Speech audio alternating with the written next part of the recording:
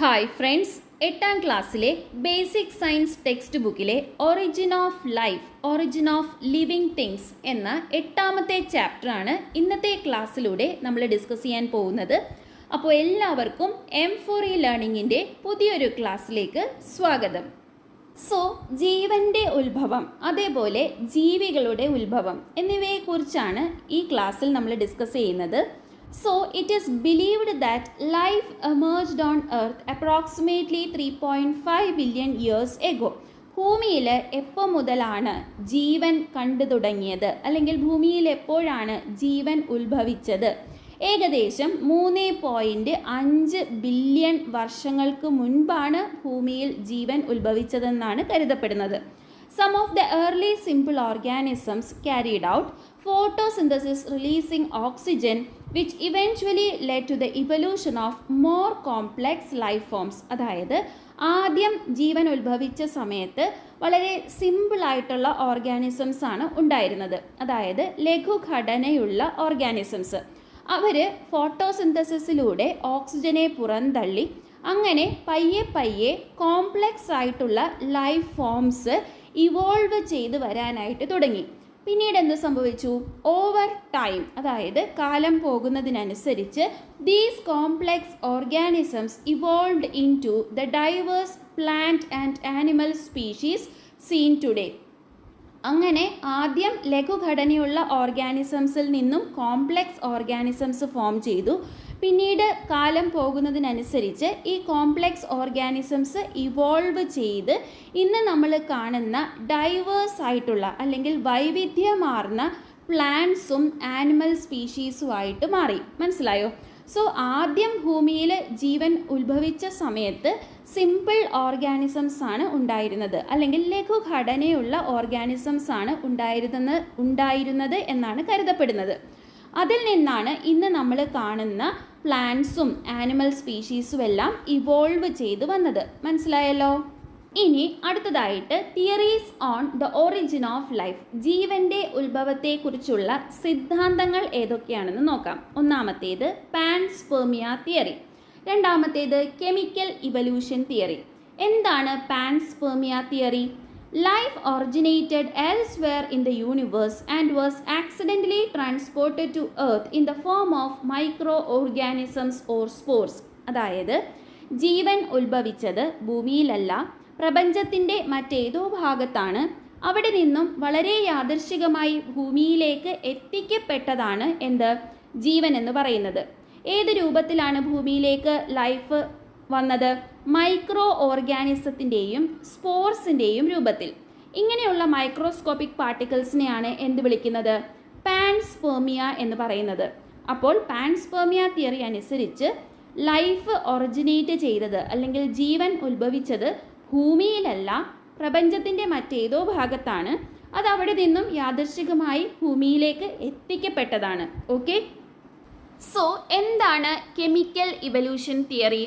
Chemical evolution theory explains that life originated as a result of changes in the combination of chemical substances in the ocean under unique conditions of primitive earth. Primitive earth അല്ലെങ്കിൽ ആദിമ ഭൂമിയുടെ സാഹചര്യങ്ങളിൽ സമുദ്രത്തിൽ ഉണ്ടായിരുന്ന chemical സബ്സ്റ്റൻസസിൻ്റെ കോമ്പിനേഷനിൽ വന്ന മാറ്റങ്ങളിലൂടെയാണ് ജീവൻ ഉത്ഭവിച്ചതെന്നാണ് chemical evolution theory പറയുന്നത്. അതായത് ആദിമ ഭൂമിയിൽ ഉണ്ടായിരുന്ന ടെമ്പറേച്ചർ, പ്രഷർ, ഇതിൻ്റെയൊക്കെ വേരിയേഷൻസിൽ ഓഷ്യനിൽ, അതായത് സമുദ്രത്തിലെ കെമിക്കൽ സബ്സ്റ്റൻസസിൻ്റെ രാസവസ്തുക്കളുടെ ഘടനയിൽ മാറ്റങ്ങൾ സംഭവിച്ചു. അങ്ങനെയാണ് ജീവൻ ഉത്ഭവിച്ചതെന്നാണ് കെമിക്കൽ ഇവല്യൂഷൻ തിയറി പറയുന്നത്. മനസ്സിലായല്ലോ? അപ്പോൾ പാൻസ്പെർമിയ തിയറി അനുസരിച്ച് ഭൂമിയിലല്ല ജീവൻ ഉത്ഭവിച്ചത്, പ്രപഞ്ചത്തിൻ്റെ മറ്റേതോ ഭാഗത്താണ്. എന്നാൽ കെമിക്കൽ ഇവല്യൂഷൻ തിയറി അനുസരിച്ച് നമ്മുടെ ഭൂമിയിൽ തന്നെയാണ് ജീവൻ ഉത്ഭവിച്ചത് എന്നാണ് കരുതപ്പെടുന്നത്. മനസ്സിലായല്ലോ? Even though various theories have evolved at different times to explain origin of life, the chemical evolution theory has gained more acceptance and has strong evidence based support to the origin of life. അതായത് ഒരുപാട് theories ജീവൻ്റെ ഉൽപ്പത്തിയെക്കുറിച്ച് വന്നിട്ടുണ്ട് പല കാലങ്ങളിലായിട്ട്. എന്നാൽ എല്ലാം നമ്മൾ compare ചെയ്യുന്ന സമയത്ത് ഏറ്റവും കൂടുതൽ സ്വീകാര്യത ലഭിച്ചതും ഏറ്റവും കൂടുതൽ എവിഡൻസ് ലഭിച്ചിട്ടുള്ളതും കെമിക്കൽ ഇവല്യൂഷൻ തിയറിയിലാണ്. ഓക്കെ, സോ ജീവൻ്റെ ഉത്ഭവത്തെക്കുറിച്ച് ഒരുപാട് തിയറീസ് വന്നിട്ടുണ്ട്. അതിലേറ്റവും സ്വീകാര്യത നേടിയ തിയറി ഏതാണ്, അല്ലെങ്കിൽ ഏറ്റവും കൂടുതൽ അക്സെപ്റ്റൻസ് ലഭിച്ച തിയറി ഏതാണ്? കെമിക്കൽ ഇവല്യൂഷൻ തിയറിയാണ്. മനസ്സിലായല്ലോ. ഇനി കെമിക്കൽ ഇവല്യൂഷൻ തിയറിയിൽ നമ്മൾ പറഞ്ഞു പ്രിമിറ്റീവ് എർത്തിൻ്റെ യുണീക്ക് കണ്ടീഷൻസിൽ ഓഷ്യനിലാണ് ലൈഫ് ഒറിജിനേറ്റ് ചെയ്തതെന്ന്. സോ പ്രിമിറ്റീവ് എർത്തിൻ്റെ ആ യുണീക്ക് കണ്ടീഷൻസ് എന്താണ്, അല്ലെങ്കിൽ പ്രിമിറ്റീവ് എർത്തിൻ്റെ അറ്റ്മോസ്ഫിയറിൻ്റെ ഫീച്ചേഴ്സ് എന്തൊക്കെയായിരുന്നു? ആദ്യം തന്നെ ഹൈ ടെമ്പറേച്ചർ, ഉയർന്ന താപനിലയായിരുന്നു. പലതരത്തിലുള്ള ഗ്യാസസ് പ്രസൻ്റ് ആയിരുന്നു. ഏതൊക്കെയാണ്? Hydrogen, methane, carbon dioxide, hydrogen sulphide, ammonia, water vapour. അതേപോലെ ഫ്രീ ആയിട്ടുള്ള ഓക്സിജൻ ഉണ്ടായിരുന്നില്ല. അതായത് സ്വതന്ത്രമായ ഓക്സിജൻ ആദിമ ഭൂമിയുടെ അറ്റ്മോസ്ഫിയറിൽ പ്രസൻ്റ് ആയിരുന്നില്ല. അടുത്തത് the condensation of steam, പ്രോലോങ്ഡ് rainfall and formation of oceans. അതായത് വാട്ടർ വേപ്പർ അല്ലെങ്കിൽ സ്റ്റീം കണ്ടൻസ് ചെയ്ത്, അതായത് തണുത്ത് ക്ലൗഡ്സ് പോലെ ഫോം ചെയ്ത് പ്രോലോങ്ഡ് റെയിൻഫോൾ ഉണ്ടായി. അതേപോലെ ഓഷ്യൻസും ഫോം ചെയ്തു. ഇനി അടുത്തത് എന്താണ്? Ocean formed by dissolving various substances. ഈ ഓഷ്യൻ ഉണ്ടായി എന്ന് നമ്മൾ പറയുമ്പോൾ ഒരുപാട് സബ്സ്റ്റൻസസ് ഡിസോൾവ് ചെയ്തിട്ടാണ് ഈ ഓഷ്യൻ ഫോം ചെയ്തത്, അല്ലെങ്കിൽ സമുദ്രം ഉണ്ടായത്. സോ ആദിമ ഭൂമിയുടെ അറ്റ്മോസ്ഫിയറിൻ്റെ പ്രത്യേകതകളാണ് ഇതൊക്കെ. അതിലേറ്റവും പ്രധാനപ്പെട്ടതാണ് ഹൈ ടെമ്പറേച്ചർ, അതേപോലെ പലതരം ഗ്യാസസ് ഉണ്ടായിരുന്നു. Hydrogen, methane, carbon dioxide, hydrogen sulphide, ammonia, water vapour എന്നിവ. അതേപോലെ ഫ്രീ ആയിട്ടുള്ള ഓക്സിജൻ, സ്വതന്ത്ര ഓക്സിജൻ ഉണ്ടായിരുന്നില്ല. ഓക്കെ, ഇനി ജീവൻ ഉത്ഭവിച്ച സമയത്ത് അവൈലബിൾ ആയിട്ടുള്ള സോഴ്സസ് ഓഫ് എനർജി അല്ലെങ്കിൽ ഊർജ സ്രോതസ്സുകൾ ഏതൊക്കെയാണ്? Sunlight, lightning, ultra violet raise, volcanic eruptions. ഇതിൽ നിന്നൊക്കെയാണ് നമുക്ക് ഊർജം അന്ന് ലഭിച്ചിരുന്നത്. ഇനി ഈ ഊർജം ഉപയോഗിച്ച് എന്താണ് ആദ്യം ഫോം ചെയ്തത്? Formation of simple biomolecules in ocean. സമുദ്രത്തിൽ വളരെ ലഘുഘടനയുള്ള ബയോമോളിക്യൂൾസ് ഫോം ചെയ്തു. അതിൽ നിന്നും കോംപ്ലെക്സ് ബയോമോളിക്യൂൾസ് ഉണ്ടായി. പിന്നീട് ഒരു complex biomolecule called nucleic acid and lipid sheet forms. അതായത് ന്യൂക്ലിക് ആസിഡും ലിപ്പിഡ് ഷീറ്റും ഫോം ചെയ്തു. അതിൽ നിന്നാണ് പ്രിമിറ്റീവ് സെൽ അല്ലെങ്കിൽ ആദിമ കോശം ഉണ്ടായത്. ഈ ആദിമ കോശത്തിൻ്റെ പ്രത്യേകത എന്താണ്? It is capable of self replication. അതായത് സ്വയം മൾട്ടിപ്ലൈ ചെയ്യാൻ അല്ലെങ്കിൽ സ്വയം കോപ്പീസിനെ ഉണ്ടാക്കാൻ കഴിവുള്ളതായിരുന്നു ഈ ആദിമ കോശം അല്ലെങ്കിൽ പ്രിമിറ്റീവ് സെൽ എന്ന് പറയുന്നത്. അപ്പോൾ അന്ന് അവൈലബിൾ ആയിട്ടുണ്ടായിരുന്ന ഊർജ സ്രോതസ്സുകൾ sunlight, lightening, ultra violet raise, volcanic eruptions എന്നിവയാണ്. ഇതിൽ നിന്നും ലഭിച്ച ഊർജം ഉപയോഗിച്ച് സിമ്പിൾ ആയിട്ടുള്ള ബയോമോളിക്യൂൾസ് സമുദ്രത്തിൽ ഉണ്ടായി. അതിൽ നിന്നും കോംപ്ലെക്സ് ബയോമോളിക്യൂൾ ഉണ്ടായി. പിന്നീട് ന്യൂക്ലിക് ആസിഡും ലിപ്പിഡ് ഷീറ്റും ഫോം ചെയ്തു. അങ്ങനെ ഡെവലപ്പായിട്ടാണ് പ്രിമിറ്റീവ് സെൽ അല്ലെങ്കിൽ ആദിമ കോശമുണ്ടായത്. ആദിമ കോശത്തിൻ്റെ പ്രത്യേകത എന്താണ്? It is capable of self multiplication. അതായത് കോപ്പീസ് ഉണ്ടാക്കാൻ കഴിവ് ആർക്കുണ്ടായിരുന്നു? പ്രിമിറ്റീവ് സെൽ അല്ലെങ്കിൽ ആദ്യമായിട്ടുണ്ടായ ആ ആദിമ കോശത്തിന് അങ്ങനെ ഒരു കഴിവുണ്ടായിരുന്നു. ഓക്കെ, ഇനി ജീവൻ്റെ ഉൽപ്പത്തിയുമായി ബന്ധപ്പെട്ട് ചില ശാസ്ത്രജ്ഞർ നടത്തിയ കണ്ടെത്തലുകളാണ് ഇവിടെ കൊടുത്തിട്ടുള്ളത്. ആദ്യം തന്നെ ഹാരോൾഡ് ഉറേയും സ്റ്റാൻലി മില്ലറും ഒരുമിച്ച് എന്താണ് പ്രൂവ് ചെയ്തത്? They together proved that fundamental units responsible for the origin of life can form from simple gases. അതായത് ജീവൻ ഉണ്ടാവാൻ റെസ്പോൺസിബിൾ ആയിട്ടുള്ള ഫണ്ടമെൻ്റൽ യൂണിറ്റ്സ് എവിടെ നിന്നാണ് ഫോം ചെയ്തത്? സിമ്പിൾ ഗ്യാസസ് അല്ലെങ്കിൽ ലഘു ഗ്യാസസിൽ നിന്നാണ് ഫോം ചെയ്തത് എന്നാണ് ഉറേയും മില്ലറും അഭിപ്രായപ്പെട്ടത്. ഇനി അടുത്തത് സിഡ്നി ഫോക്സ് എന്താണ് പറഞ്ഞത്? He proved that molecules similar to proteins can be synthesized artificially.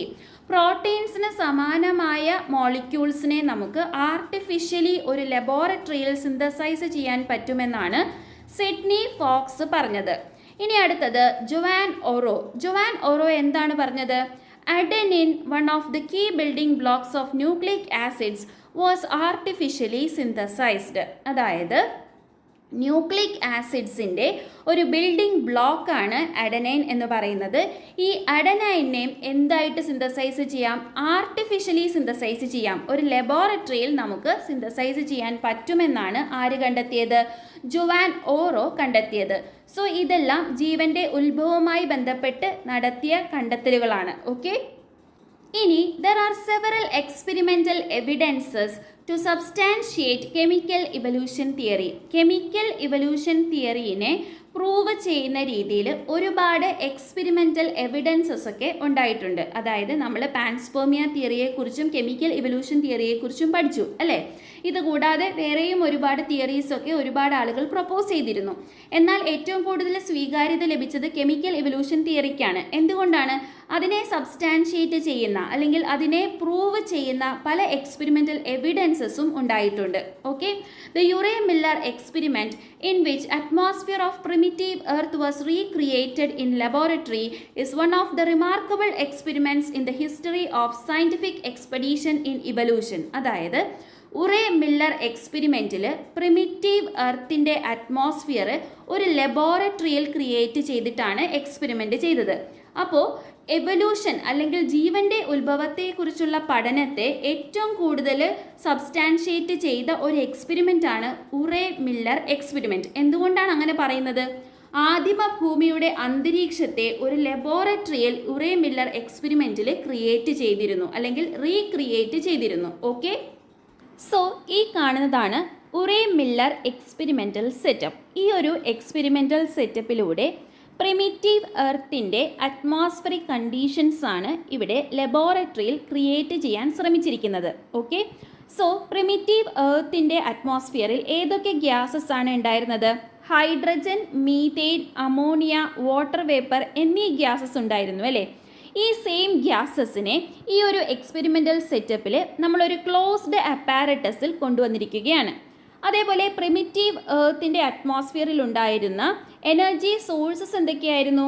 Lightning, അതേപോലെ സൺലൈറ്റ്, UV റേസ്, അതേപോലെ വോൾക്കാനിക് ഇറപ്ഷനൊക്കെ ആയിരുന്നു. എന്നാൽ ഈ ഒരു എക്സ്പെരിമെൻ്റൽ സെറ്റപ്പിൽ നമ്മൾ ഇലക്ട്രിക് സ്പാർക്കാണ് സോഴ്സ് ഓഫ് എനർജി ആയിട്ട് ഉപയോഗിച്ചിരിക്കുന്നത്. ഓക്കെ, ഇനി പ്രിമിറ്റീവ് എർത്തിൻ്റെ അറ്റ്മോസ്ഫിയറിൽ എന്ത് സംഭവിച്ചിരുന്നു? സ്റ്റീം കണ്ടൻസ് ചെയ്ത് വാട്ടർ ഡ്രോപ്ലെറ്റ്സ് ഉണ്ടായി അല്ലെങ്കിൽ റെയിൻഫോൾ ഉണ്ടായി.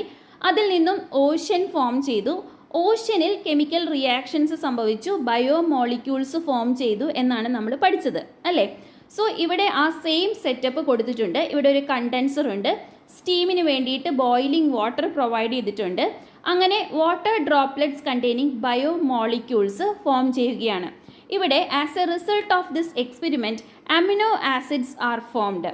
Bio molecule which is a building block of proteins. പ്രോട്ടീൻസിൻ്റെ ബിൽഡിംഗ് ബ്ലോക്സ് ആയിട്ടുള്ള ബയോ മോളിക്യൂളായ അമിനോ ആസിഡ്സ് നമുക്ക് ഈ ഒരു എക്സ്പെരിമെൻ്റൽ സെറ്റപ്പിൻ്റെ ഭാഗമായിട്ട് ലബോറട്ടറിയിൽ ക്രിയേറ്റ് ചെയ്യാനായിട്ട് സാധിച്ചു. Okay, now this experiment was conducted by artificially recreating the conditions of primitive earth in a laboratory. Through this experiment, scientists were able to synthesize amino acids, the biomolecules. So Urey Miller എക്സ്പെരിമെൻറ്റിലൂടെ amino ആസിഡ്സിനെ synthesise ചെയ്യാൻ അല്ലെങ്കിൽ ലബോറട്ടറിയിൽ ഉണ്ടാക്കിയെടുക്കാനായിട്ട് സാധിച്ചു. It provided evidence that under suitable conditions, biomolecules can be formed from inorganic components. അതായത് ഈ എക്സ്പെരിമെൻറ്റിൽ നിന്ന് നമ്മൾ എന്ത് കാര്യമാണ് മനസ്സിലാക്കിയത്? സ്യൂട്ടബിൾ കണ്ടീഷൻസ് പ്രൊവൈഡ് ചെയ്ത് കഴിഞ്ഞാൽ ബയോമോളിക്യൂൾസിനെ നമുക്ക് ഇനോർഗാനിക് കമ്പോണൻസിൽ നിന്നും ഉണ്ടാക്കിയെടുക്കാനായിട്ട് സാധിക്കും. ഓക്കെ, ബയോമോളിക്യൂൾസ് എന്ന് പറയുന്നത് ഇവിടെ മെയിൻലി അമിനോ ആസിഡ്സ് ആണ്. ഇനോർഗാനിക് കോമ്പണൻസ് എന്ന് പറയുമ്പോൾ അവിടെ അറ്റ്മോസ്ഫിയറിൽ ഉണ്ടായിരുന്ന വാട്ടർ വേപ്പർ, മീഥെയ്ൻ, അതേപോലെ ഹൈഡ്രജൻ ഗ്യാസ്, അമോണിയ, ഇതെല്ലാം എന്താണ്? ഇനോർഗാനിക് കോമ്പണൻസ് ആണ്. സോ ഇതിൽ നിന്നാണ് എന്തുണ്ടായി വന്നത്? ബയോമോളിക്യൂൾസ് അല്ലെങ്കിൽ അമിനോ ആസിഡ്സ് ഉണ്ടായി വന്നത്. ഓക്കെ, ഇനി പ്രിമിറ്റീവ് സെൽ അല്ലെങ്കിൽ ആദിമ കോശങ്ങളിൽ വന്ന മാറ്റങ്ങളെക്കുറിച്ചാണ് പറയുന്നത്. The primitive cell is composed of nucleic acids capable of self-replication and a lipid layer covering it. Primitive cell എന്ന് പറയുമ്പോൾ അതിന് ന്യൂക്ലിക് ആസിഡ്സ് ഉണ്ടാകും, അതിന് സെൽഫ് റെപ്ലിക്കേഷൻ ചെയ്യാൻ സാധിക്കും, അതായത് കോപ്പീസ് ഉണ്ടാക്കാനായിട്ട് സാധിക്കും. അതേപോലെ ഒരു ലിപ്പിഡ് ലെയർ കവറിംഗ് ആയിട്ടും ഉണ്ട്. Primitive forms like bacteria evolve from this primitive cell. ഈ പ്രിമിറ്റീവ് സെല്ലിൽ നിന്നാണ് പ്രിമിറ്റീവ് ഫോംസ് ആയിട്ടുള്ള ബാക്ടീരിയകളൊക്കെ ഉണ്ടായിട്ടുള്ളത്. These simple structured cells which were formed in the beginning are called prokaryotes. ഇങ്ങനെ ആദ്യകാലത്ത് ഉണ്ടായിരുന്ന സിമ്പിൾ സ്ട്രക്ചേർഡ് സെൽസ് ആണ് എന്ത്? പ്രോകാരിയോട്സ് എന്ന് പറയുന്നത്. ഓക്കെ, അപ്പോൾ പ്രിമിറ്റീവ് സെല്ലിൽ ന്യൂക്ലിക് ആസിഡ്സ് ഉണ്ട്, അതിന് സെൽഫ് റെപ്ലിക്കേറ്റ് ചെയ്യാനുള്ള കഴിവുണ്ട്, അതേപോലെ ഒരു ലിപ്പിഡ് കവറിങ്ങും ഉണ്ട്. ഇത്രയേ ഉള്ളൂ പ്രിമിറ്റീവ് സെല്ലിൽ. ഈ പ്രിമിറ്റീവ് സെല്ലിൽ നിന്നാണ് ബാക്ടീരിയാസ് ഒക്കെ ഇവോൾവ് ചെയ്ത് വന്നത്. ഇനി ഇങ്ങനത്തെ സിമ്പിൾ സ്ട്രക്ചേർഡ് സെൽസിനെയാണ് എന്ത് പറയുന്നത്? പ്രോകാരിയോട്സ് എന്ന് പറയുന്നത്. മനസ്സിലായല്ലോ? സോ ഇനി പ്രോകാരിയോട്ടിക് സെല്ലിൽ നിന്നാണ് കോംപ്ലെക്സ് ആയിട്ടുള്ള യൂക്യാരിയോട്ടിക് സെല്ല് ഇവോൾവ് ചെയ്ത് വന്നത്. എന്താണ് പ്രോകാരിയോട്ടിക് സെല്ലും യൂക്യാരിയോട്ടിക് സെല്ലും തമ്മിലുള്ള ഡിഫറൻസ്?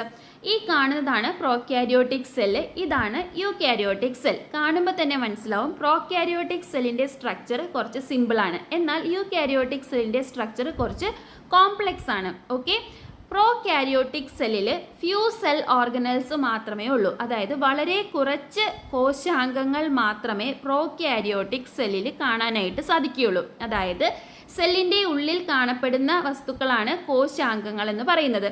എന്നാൽ യൂക്യാരിയോട്ടിക് സെല്ലിൽ ഇവിടെ നോക്കിയാൽ കാണാം ഒരുപാട് കോശാംഗങ്ങൾ നമുക്ക് കാണാനായിട്ട് സാധിക്കും.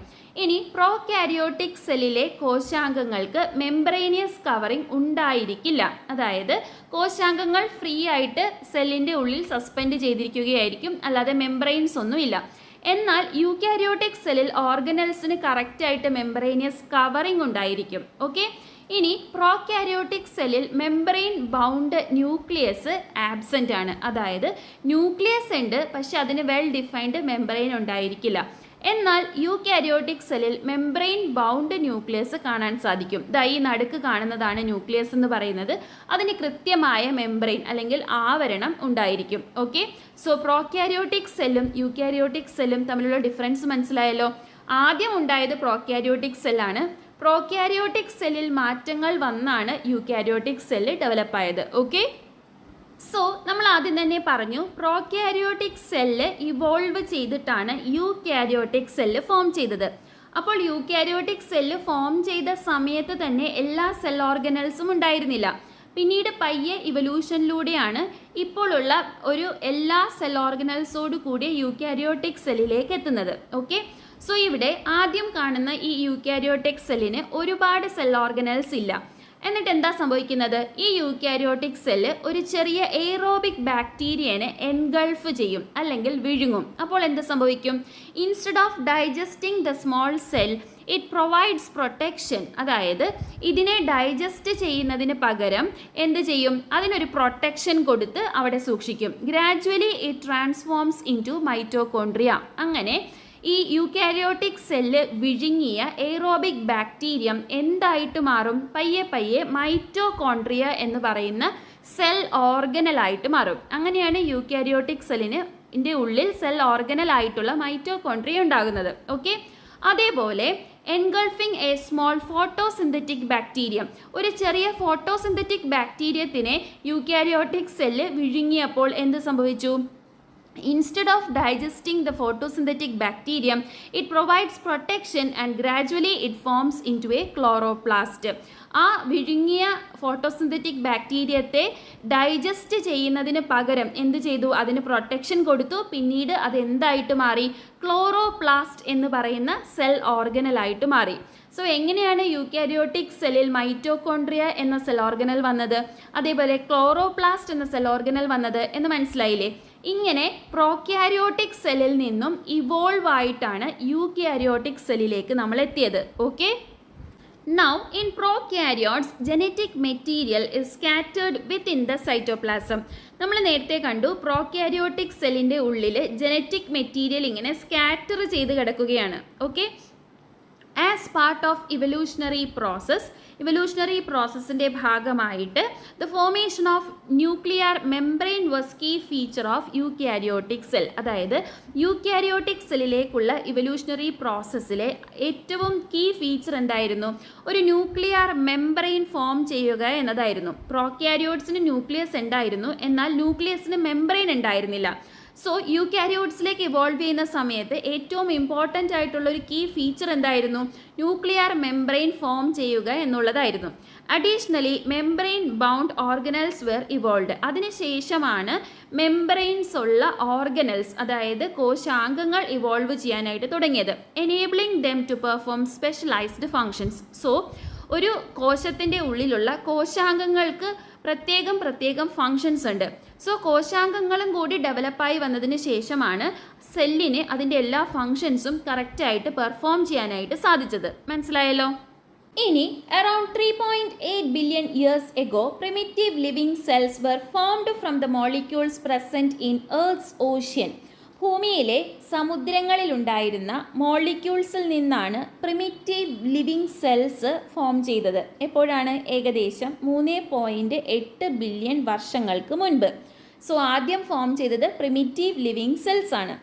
ഇനി by 3.5 billion years ago prokaryotic cells were evolve. ഈ പ്രിമിറ്റീവ് ലിവിംഗ് സെൽസിൽ നിന്നും പിന്നെ ഇവോൾവ് ആയത് എന്താണ്? പ്രോക്യാരിയോട്ടിക് സെൽസ് ആണ്. എപ്പോഴാണ്? ഏകദേശം 3.5 ബില്യൺ വർഷങ്ങൾക്ക് മുൻപാണ്.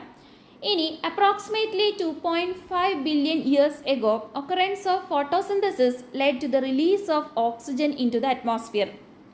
നമ്മൾ പ്രിമിറ്റീവ് എർത്തിൻ്റെ അറ്റ്മോസ്ഫിയറിനെ കുറിച്ച് പഠിച്ചപ്പോൾ പറഞ്ഞിരുന്നു, അവിടെ ഫ്രീ ഓക്സിജൻ ഇല്ല, അല്ലേ? സ്വതന്ത്രമായ ഓക്സിജൻ ഉണ്ടായിരുന്നില്ല. എന്നാൽ ഏകദേശം 2.5 ബില്യൺ വർഷങ്ങൾക്ക് മുൻപായിട്ട് ഫോട്ടോസിന്തസിസ് നടന്നു. അതിലൂടെ ഓക്സിജൻ അറ്റ്മോസ്ഫിയറിലേക്ക് റിലീസായി. അതിനുശേഷം എന്ത് സംഭവിച്ചു? Later eukaryotic cells with organelles such as mitochondria and chloroplast were evolve. അങ്ങനെ യൂക്യാരിയോട്ടിക് സെൽസ് ഇവോൾവ് ആയി. എങ്ങനെയുള്ള യൂക്യാരിയോട്ടിക് സെല്ലാണ് ഉണ്ടായത്? മൈറ്റോകോൺട്രിയയും ക്ലോറോപ്ലാസ്റ്റും ഒക്കെ അടങ്ങുന്ന യൂക്യാരിയോട്ടിക് സെൽസിലേക്ക് ഇവോൾവ് ആയി. ഓക്കെ. അതിനുശേഷം over time simple multi cellular organisms appeared around 800 million years ago. അങ്ങനെ ഏകദേശം 800 മില്യൺ വർഷങ്ങൾക്ക് മുൻപായിട്ട് സിമ്പിൾ ആയിട്ടുള്ള മൾട്ടി സെല്ലുലാർ ഓർഗാനിസംസ് അപ്പിയർ ചെയ്യാൻ തുടങ്ങി. പിന്നീടാണ് കോംപ്ലെക്സ് ലൈഫ് ഫോംസ് ഒക്കെ ഇവോൾവ് ആയി വന്നത്. സോ പ്രിമിറ്റീവ് ലിവിംഗ് സെല്ലിൽ നിന്നും പ്രോക്യാരിയോട്ടിക് സെല്ലിലേക്ക് എത്തി. അതിനുശേഷം ഓക്സിജൻ വന്നു. അതിനുശേഷമാണ് യൂക്യാരിയോട്ടിക് സെല്ല് ഡെവലപ്പ് ആയത്. പിന്നീട് സിമ്പിൾ ആയിട്ടുള്ള മൾട്ടി സെല്ലുലാർ ഓർഗാനിസംസ് വന്നു. അതിനുശേഷമാണ് കോംപ്ലെക്സ് ലൈഫ് ഫോംസിലേക്ക് നമ്മൾ എത്തുന്നത്. മനസ്സിലായല്ലോ? ഇനി അടുത്തതായിട്ട് time line of evolution from origin of earth to origin of human beings. അതായത് ഭൂമിയുടെ ഒറിജിൻ മുതൽ മനുഷ്യൻ്റെ ഒറിജിൻ വരെയുള്ള ടൈം ലൈനാണ് ഇവിടെ കാണിച്ചിട്ടുള്ളത്. അതായത് ഭൂമി ഉത്ഭവിച്ചതു മുതൽ മനുഷ്യൻ്റെ ഒറിജിൻ ഉണ്ടായത് വരെയുള്ള കാര്യങ്ങൾ. ഓക്കെ. സോ ഇതിൽ ആദ്യം തന്നെ ഭൂമി എപ്പോഴാണ് ഉണ്ടായത്? ഏകദേശം 4 to 4.6 ബില്യൺ ഇയേഴ്സ് എഗോ. 4 മുതൽ 4.6 ബില്യൺ വർഷങ്ങൾക്ക് മുൻപായിട്ടാണ് ഭൂമി ഉണ്ടായത്. ഓക്കെ. ഇനി അടുത്തത് formation of first form of life. ജീവൻ്റെ ആദ്യത്തെ ഫോം എപ്പോഴാണ് കണ്ടു തുടങ്ങിയത്? ഏകദേശം 3.5 മുതൽ 2.5 ബില്യൺ വർഷങ്ങൾക്ക് മുൻപാണ്. അത് ഏത് ഫോമിലാണ്? സിംഗിൾ സെൽഡ് പ്രോക്യാരിയോട്സ് വിത്ത് സിമ്പിൾ സ്ട്രക്ചർ. ഒരു സെല്ല് മാത്രമുള്ള പ്രോക്യാരിയോട്ടിക് സ്ട്രക്ചേഴ്സാണ് ആദ്യമായിട്ടുണ്ടായ ലൈഫ് ഫോം എന്ന് പറയുന്നത്. ഓക്കെ. ഇനി അടുത്തതായിട്ട് പ്രോക്യാരിയോട്ടിക് സെൽസിൽ നിന്നും eukaryotic multi cellular organisms evolve ആയി. ഏത് കാലഘട്ടത്തിലാണ്? 2.5 ബില്യൺ മുതൽ 541 മില്യൺ വർഷങ്ങൾക്ക് മുൻപായിട്ട്. ഓക്കെ. യൂക്യാരിയോട്ടിക് മൾട്ടി സെല്ലുലാർ ഓർഗാനിസത്തിൽ നിന്നാണ് പ്ലാന്റ്സും ആനിമൽസും ഒക്കെ ഉത്ഭവിച്ചത്. ഓക്കെ. ഏത് സമയത്താണ്? 541 മുതൽ 252 മില്യൺ വർഷങ്ങൾക്ക് മുൻപായിട്ടാണ് ഭൂമിയിൽ പ്ലാന്റ്സും ആനിമൽസും ഒക്കെ ഒറിജിനേറ്റ് ചെയ്തത്. ഓക്കെ. ഇനി ഡൈനോസേഴ്സ് ഒക്കെ ഉണ്ടായിരുന്ന ഒരു കാലഘട്ടം ഏതാണ്? 252 മുതൽ 66 മില്യൺ വർഷങ്ങൾക്ക് മുൻപ് വരെയായിരുന്നു ഡൈനോസേഴ്സിൻ്റെയൊക്കെ ഒരു കാലം എന്ന് പറയുന്നത്. Now, from 66 million years ago to the present, emergence of mammals, the origin of human beings. അപ്പോൾ ഹ്യൂമൻ ബീയിങ്സ് എപ്പോഴാണ് ഒറിജിനേറ്റ് ആയത്? ഏകദേശം 66 മില്യൺ വർഷങ്ങൾക്ക് മുൻപായിട്ടാണ് മാമൽസും അതേപോലെ ഹ്യൂമൻ ബീയിങ്സും ഒക്കെ ഒറിജിൻ ആയത്. ഓക്കെ, സോ ഇതാണ് ഇവല്യൂഷൻ്റെ ഒരു ടൈം ലൈൻ. മനസ്സിലായല്ലോ? ഇനി ഈ ചാപ്റ്ററിൽ അവസാനം പറയുന്നത് കോസ്മിക് കലണ്ടറിനെ കുറിച്ചാണ്. Suppose we are preparing a cosmic calendar assuming the age of universe as 1 year. നമ്മുടെ പ്രപഞ്ചത്തിൻ്റെ പ്രായം ഒരു വർഷമാണ് എന്ന അസംഷനിൽ നമ്മളൊരു കോസ്മിക് കലണ്ടർ പ്രിപ്പയർ ചെയ്യുകയാണ്. In this calendar, 1 second is equivalent to around 438 years. അപ്പോൾ നമ്മൾ ഈ ഡെവലപ്പ് ചെയ്യുന്ന കോസ്മിക് കലണ്ടറിൽ ഒരു സെക്കൻഡ് എന്ന് പറയുന്നത് എന്തിന് ഇക്വലൻ്റ് ആണ്? 438 വർഷങ്ങൾക്ക് ഇക്വലൻ്റ് ആണ്. A simple model of cosmic calendar is illustrated in the next slide.